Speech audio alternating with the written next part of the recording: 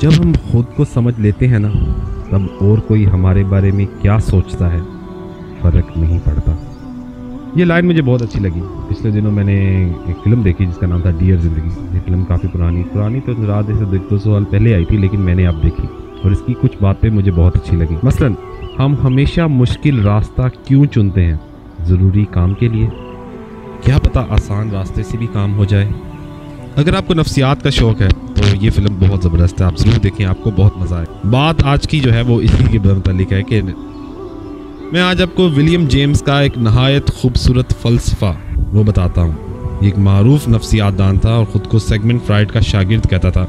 इसने बाकी ज़िंदगी क्या काम किया ये तो मुझे मालूम, लेकिन इसके फ़लसफ़े बहुत आला हैं। ये कहता है कि इंसान के हर जज्बे के साथ एक फ़ेल वाबस्ता होता है।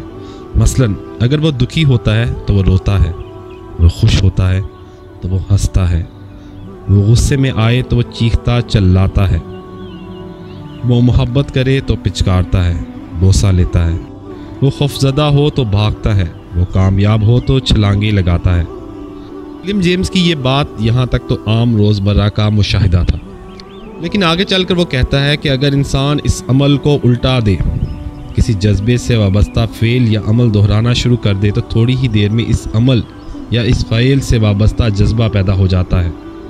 मसलन, कोई शख्स बड़ा रिलैक्स बैठा हुआ है, वो उठे और उठकर नाराज़गी गुस्से की एक्टिंग शुरू कर दे, वो चीखने चिल्लाने लगे, तो थोड़ी देर बाद इसके जिस्म में हकीकतन गुस्सा पैदा हो जाएगा।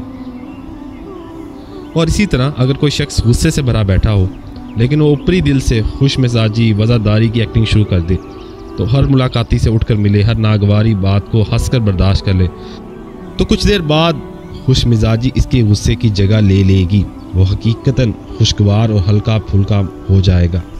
विलियम जेम्स के इन अल्फाज ने जादू है। तो मैं आपको यही कहूँगा कि इसको आप अपना मामूल बना लें। जब भी आपको गुस्सा आए, आप चिड़चिड़ेपन का शिकार हो तो हंसना शुरू कर दें, लोगों को लताइफ सुनाएं, बेजार उदास हों तो तन्हाई का शिकार हों तो बाहर निकल जाएं, खुश कपड़े पहने बाहर निकले।